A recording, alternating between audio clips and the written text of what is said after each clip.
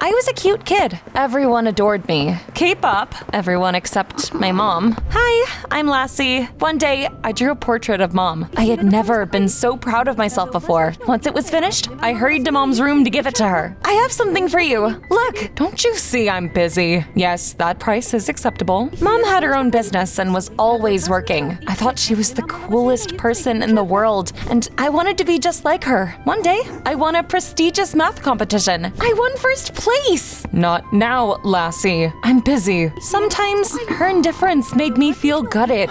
She was the only family I had. I didn't know anything about Dad. One day, I came home from school and I tripped over a suitcase. Lassie, we're moving. It came out of nowhere. I froze in shock. Why? Don't ask me any questions. Just go and pack. A couple days after that, we moved from California to a dreary town in Washington State. When we arrived, it was raining heavily. My suitcase opened by accident and my clothes fell out into a puddle. Dang it, what a great way to start a new life. Soon, I came to my new school. I usually made friends easily, but that day, everything that could go wrong went wrong. There was a cool group of guys standing in front of the entrance. I immediately noticed that they were wearing pins shaped like letters. KC. Were they members of some sort of local club? Hi, I just transferred here. Your pins are cool. KC stands for King Cobra. It's an elite club, not for everyone. Holy cow! They were full of themselves. I was about to keep talking, but then someone walked by me and pushed me. I bumped into Samantha, clutched at her clothes, and heard a tearing sound. What have you done? Do you know how much this uniform cost? Baby, what's wrong? This moron ruined my brand uniform. It couldn't have been that great if it tore so easily. You! It seemed like Samantha was about to pounce on me like a king cobra, but at that moment, the bell rang and we headed to class.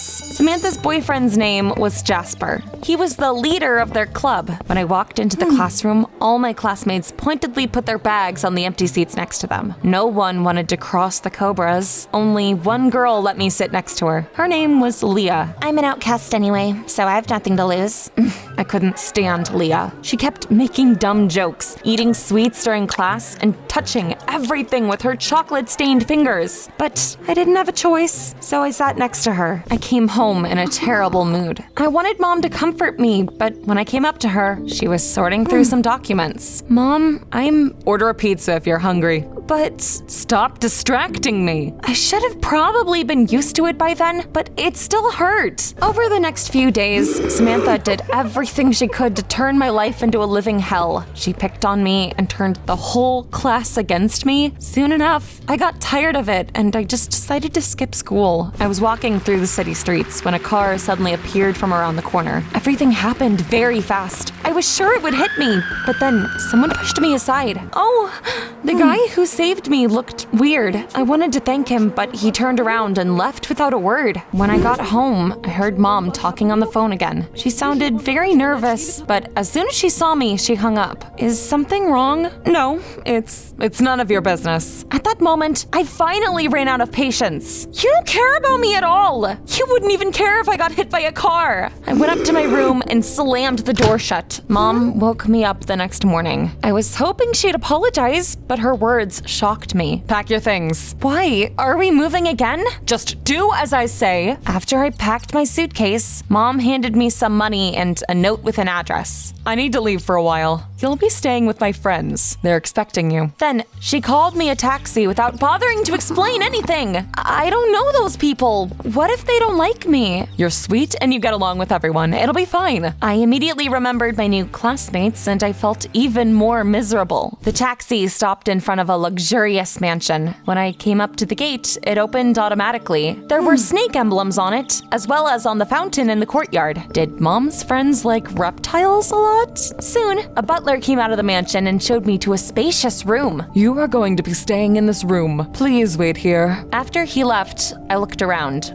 feeling lost. The interior was very tasteful, but the room looked a little gloomy. me. There was an adjacent bathroom with a jacuzzi. Since I had nothing to do, I filled up the jacuzzi and poured a whole bottle of bath foam into it. Then I got in and wrapped my arms around my knees. Why was Mom doing this? What was going on? The door behind me suddenly creaked open and someone walked into the bathroom. I turned around and saw Jasper. He looked just as shocked as I felt. You, what's your name? I snapped out of my shock and hid in a cloud of foam. Close your eyes! What are you doing here? Get out! Jasper reluctantly turned around and went back out the door. I stepped out of the jacuzzi, got dressed, and followed him. Answer me. What the heck are you doing here? It turned out that mansion belonged to Jasper's family. When I told him about my mom, Jasper grabbed me by the arm and dragged me to his dad's office. But when we left my room, we ran into another guy. Wait a minute, I knew him. He was the one who saved me. Travis, how many times do I have to tell you to stay away from me? Travis turned out to be Jasper's personal bodyguard.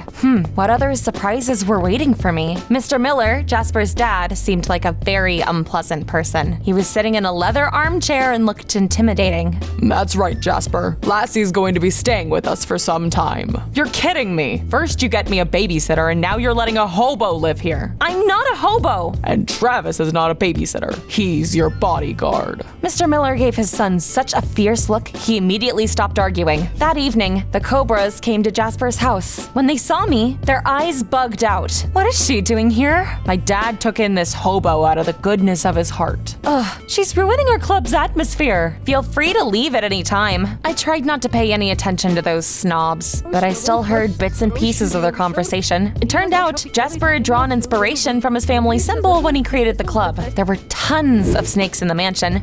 The club members, for example. At one point, I grew tired of Samantha's hissing, and I went outside. That's when I saw Mr. Miller in the backyard. He was talking to a man in black glasses and a hat. That Mr. X looked quite suspicious. Mr. Miller suddenly looked in my direction. My blood ran cold, and I quickly hid behind a tree. When I came to school the next day, my classmates were discussing something animatedly. Some psycho tried to rob a bank last night. Luckily, an alarm went off, and cops arrived on time. The thief escaped, but rumor has it they were wearing a funny hat. I immediately thought about Mr. Miller meeting Mr. X the day before. I wondered if it was just a coincidence. While I was lost in thought, Jasper kept trying to get rid of his bodyguard. Stay away from me. Travis folded his arms over his chest and shook his head. Travis followed Jasper wherever he went. He even waited for him by the bathroom. I couldn't help but laugh as I watched it all. Jasper got what he deserved. Something was bugging me though. Why had Mr. Miller suddenly hired a bodyguard for Jasper? It turned out I asked the question out loud. Don't you know? Mr. Miller is the richest man in town. They say he has connections to the criminal world, and that's how he made his fortune.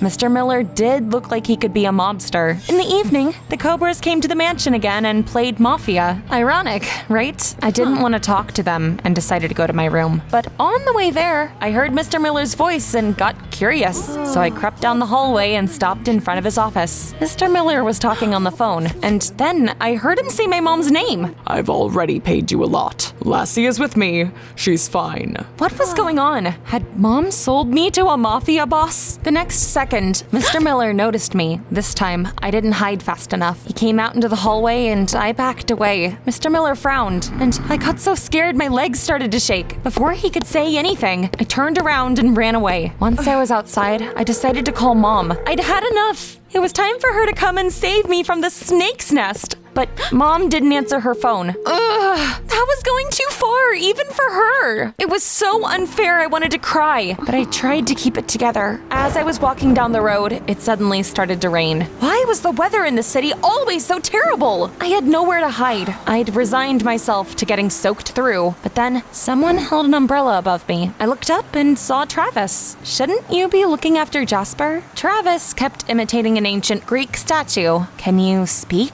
I wasn't expecting him to answer, so I was startled when I heard his voice. Yes. I haven't thanked you for saving me yet, so thank you. Travis said nothing, but the corners of his lips twitched. He spoke to me and even smiled. That was progress. Eventually, I had to go back to the mansion with Travis. At some point, we heard sirens and several police cars drove past us. Then I saw a man in a hat. It was Mr. X. He climbed up a fire escape and started running across rooftops. Then a familiar car caught my eyes. It was Mr. Miller's Jeep. He definitely had connections to the criminal world. The next day, I was in for an unpleasant surprise when I came to school. Samantha had written hobo on my locker. When she and Jasper laughed at me, I exploded like a pressure cooker. You think you're so cool just because your dad's a mobster? Don't you dare mention that gossip. My father isn't a criminal. How naive can you be? Jasper was furious. He took a step toward me, but Travis stepped between us. Jasper glared at him and went into the classroom. I tried to call Mom after school again, but her phone was off. I was still mad at her, but I was also worried. What if something bad had happened to her? That evening, I decided it was time to act. I waited until everyone had gone to sleep and snuck out of my room. Luckily, Mr. Miller hadn't locked his office door. Hoping to find some clues, I searched his drawers and soon found an envelope. There were photos of me inside. They had been taken back when we lived in California. Had Mr. Miller been following me? But why? My stomach was in knots. Then someone walked into the office. I jerked in surprise and tripped over the carpet. Right as I was about to fall, strong arms held me up. Travis? It was the first time I'd seen him without his glasses on. He had such beautiful green eyes. Travis let me go and pressed a finger to his lips. We quietly left the office. I was afraid Travis would rat me out, but that didn't happen. It seemed he was on my side after all. Early the next morning, I decided to go to the house Mom and I used to live in. Living in the mansion was too scary, and I couldn't wait to get out of there. On the way home, I felt like I was being followed. Could it be Mr. Miller again? When I arrived, it turned out new residents had already moved into our house. I called Mom, but she didn't answer. What was I supposed to do now? After giving it some thought, I decided I would not go back to the mansion, even though my things were still there. I got a taxi and headed to a hotel. I had some money left, just enough to rent a small room. The hotel was in the city center, but for some reason, the driver turned in the opposite direction. The road there is closed. At first, I didn't think much of it, but soon I started to worry. We were driving toward the outskirts. Stop the car. I want out. The driver ignored me and my heart started pounding. Where were we going?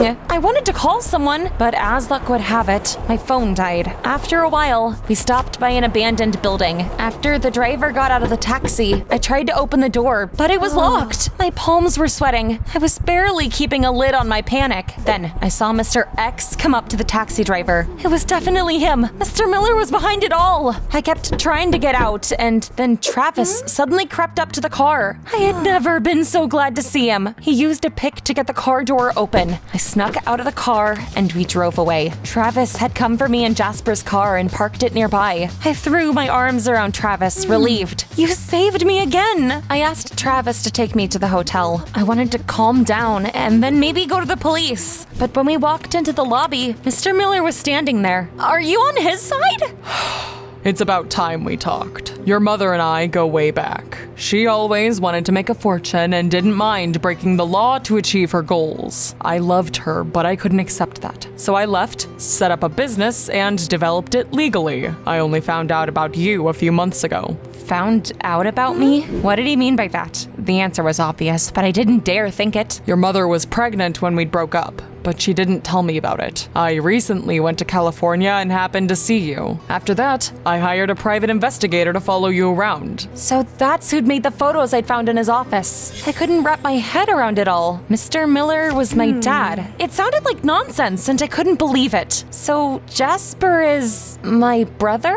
That's right, Lassie. Recently, your mom fell in with the wrong crowd again. They started threatening her and demanding money, so you had to move. She asked me to take care of you until things calmed down. This whole time, Travis has been protecting you, not Jasper. But I saw you with that man in a hat. He looked like a criminal. Mr. Miller gave me a weird look. At the same moment, a breaking news report was shown on TV. A dangerous criminal the police have been trying to catch for years has just been detained. A photo of Mr. X appeared on the screen. The next moment, someone took the glasses and hat off him and... Mom? Was she the culprit? My head was spinning. My legs buckled, but Travis held me up until I sat down on the couch. After I calmed down a bit, we drove home. Mom was arrested, but soon managed to escape. To keep me safe, Mr. Miller paid off her debts. I stayed with him in the mansion. It might be hard to believe, but even his wife treated me well. well. She had been on vacation in the Caribbean, but recently got back home. You should have seen Jasper's face after he found out the truth. When the Cobras tried to bully me at school again, he immediately came to my defense. Whoever messes with her has to deal with me. Our relationship changed for the better. I missed Mom, but I believed she was fine.